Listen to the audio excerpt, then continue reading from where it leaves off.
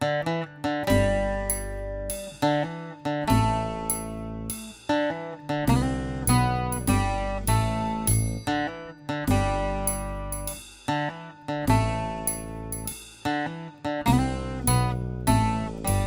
était une époque lointaine où régnaient encore les croyances en un monde mystérieux peuplé de monstres et de sorciers au pouvoir maléfique. La proximité du Berry justifie sans doute que d'étranges histoires couraient sur les rives où un brouillard épais aimait à élire domicile. Il advenait parfois qu'au détour d'un chemin creux on découvre un corps sans vie. Dans cette boucle de la rivière, à l'écart de la grande ville, un bruit circulait de proche en proche. Il y avait dans les flots, tapi dans un trou profond et sombre, un monstre aquatique. Il surgissait parfois à la surface pour engloutir une victime expiatoire. La rumeur, comme toujours, avait fait son œuvre funeste. Les enfants demeuraient sous bonne garde, les femmes ne sortaient plus seules, tandis que les hommes ne s'aventuraient guère dehors, entre chiens et loups, ou la nuit venue. La vie était comme en suspens, frappée de stupeur dès qu'il y avait de la brume ou une nuit sans lune. Chacun retenait son souffle, évitant soigneusement de sortir seul dans les varennes. Un personnage fort en gueule et toujours prompt à vider la chopine échappait à la psychose ambiante. Archimède, un ancien pirate qu'il avait été, ne redoutait rien ni personne. L'homme vivait d'expédients, ne se plaisait guère au travail s'il fallait supporter des ordres. Nul ne saurait s'aviser de le traiter de feignant, il était toujours prompt à rendre service, pourvu que ce fût de son plein gré. C'était un esprit libre qui se moquait de toutes les superstitions colportées par les crédules. Il allait où bon lui semblait, qu'importe l'heure ni le temps. Quand un pauvre diable terrorisé le mettait en garde, le priant d'accepter son hospitalité plutôt que d'affronter le danger du moment, Archimède riait de bon cœur, jurant que Satan en personne s'enfuirait à son approche. C'est un soir de bordée, de belle équipée, que Archimède se vit confronté à la force de la persuasion.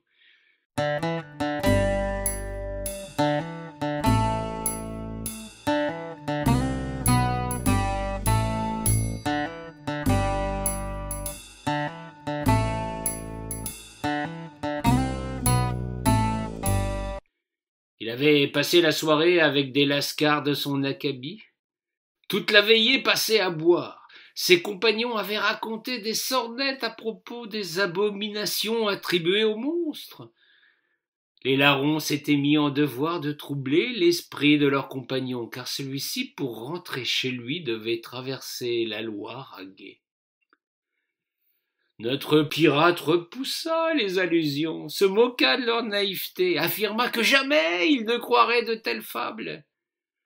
Plus il jouait le fier à bras, plus ses compagnons noircissaient le tableau, ne cessant d'évoquer les horreurs attribuées à la bête.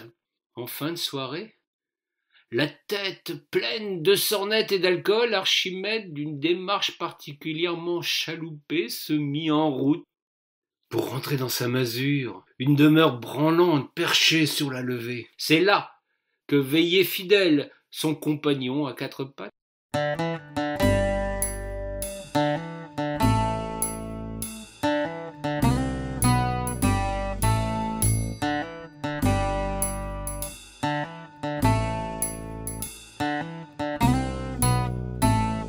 Dans l'obscurité, notre ami avançait d'un pas hésitant, chantant à tue-tête pour se donner de l'entrain.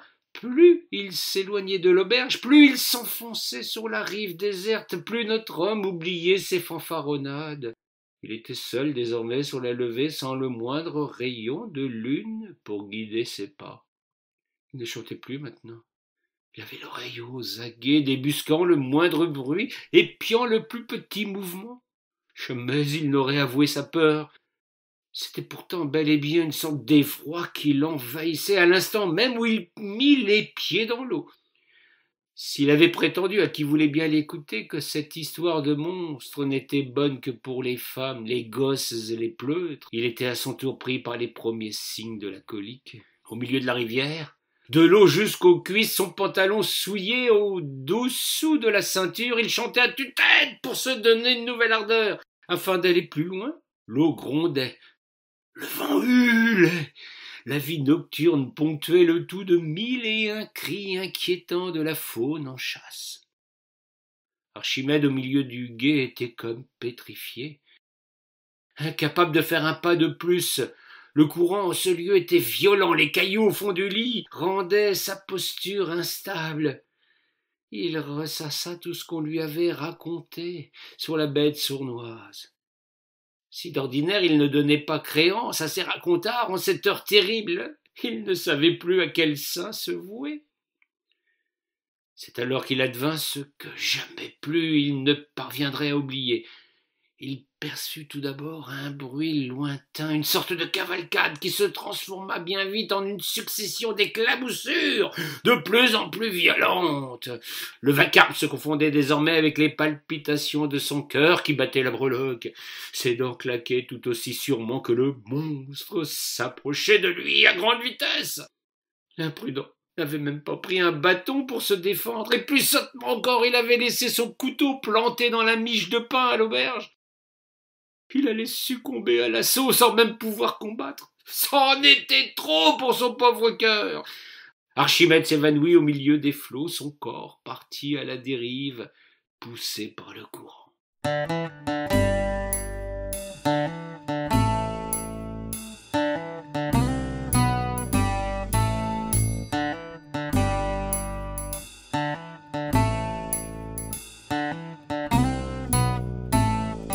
Petit matin, Archimède retrouva ses esprits. Il grelottait et serait mort de froid si son fidèle compagnon n'avait passé la nuit à le couvrir de son corps. L'homme, trempé de la tête aux pieds, ressortait une étrange lourdeur dans sa culotte, et empesté comme jamais cela ne lui était arrivé. Il était partagé entre humiliation et incompréhension. Pourquoi était-il allongé sur la rive? Il chercha dans ses souvenirs, se rappela les dernières secondes de ce qui pouvait n'être qu'un cauchemar. Son brave chien le regardait, la langue pendante. Soudain il comprit le fin mot de l'affaire. C'était donc son chien, ce fameux monstre, qui lui avait fait perdre la face et toute contenance. De ce jour, Archimède ne souffla mot de son aventure. Depuis cette fameuse nuit d'épouvante, il ne se séparait désormais plus de fidèles, où qu'ils se rendent. Ses compères avaient noté encore une modification dans son comportement. Jamais plus il ne se gaussait des histoires, des fariboles qui circulaient dans la contrée.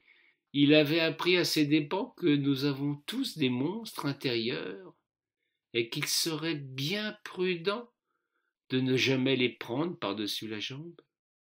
Cette histoire eût pu rester pour toujours ignorée de tous. Pourtant, un jeune freluquet à la prétention immense sema à son tour une terrifiante histoire de monstre.